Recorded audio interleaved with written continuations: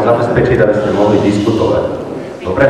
Ja teda prepodávam znovu návrh, aby pán starosta dal hlasovať. V prípade, že odmietne dať hlasovať o bode, ktorý som navrhol, považujem to za vzdanie sa vedenia zastupiteľstva a požiadam pani Račkovú, aby prebrala vedenie zastupiteľstva. Ďakujem. Ešte raz prosím, aký bol návrh hlasovania? Obecné zastupiteľstvo rozhodne o tom, či diskutovať občania budú alebo nie. Lebo podľa paragrafu 11.7 poslednej vety je to opravný prostriedok na to, keď ty sa rozhodneš neudeliť slovo. Obecné zastupiteľstvo o tom má právo procesne rozhodnúť. 11.7. Čo?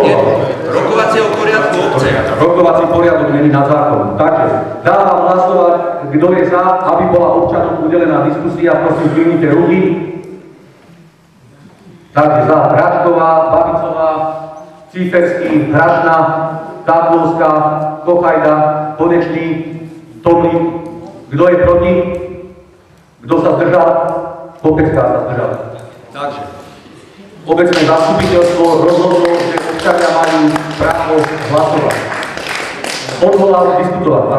Odvolávam sa na paragraf 12 zákona 369 o obecnom zriadení, ktorý ustanovuje, že slovo sa môže udeliť aj ktorémukoľvek obyvateľov obci. Je teda na starostovi obce, osobne alebo osobe vedúcej rokovania obecného zastupiteľstva, či občanovi neposlancovi slovo udelí. Obyvateľ obce nemá právny nárok na udelenie slova. Nie je obligatórnou povinnosťou starostu takto postupovať, pretože je to na jeho úvahe s prihľadnutím na zásady morálneho správania. Ja slovo neudelujem. Diskusiu považujem za ukončenú. Ďakujem vám. Na záver by som všetkých rád pozval na vianočný koncert 21. decembra v nedeľu o 15:00. A na záver by som vám... Čo je toto? Nedá.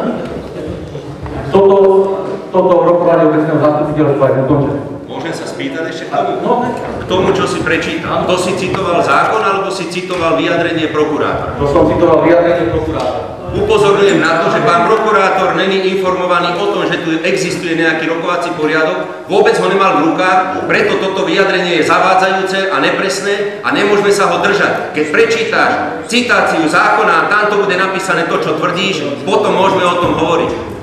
Prokurátor citoval zákon, ale jednoducho, ak toto je to pochybil, tak bude treba podať nejaký opravný prostriedok voči nejakému procesnému pochybeniu. Oznámenie na prokuratúru a podľa toho, ako to vyjde, aká odpoveď vyjde od prokuratúry, podľa toho sa budeme ďalej riadiť v nasledujúcich zasadnutiach obecného zastupiteľstva.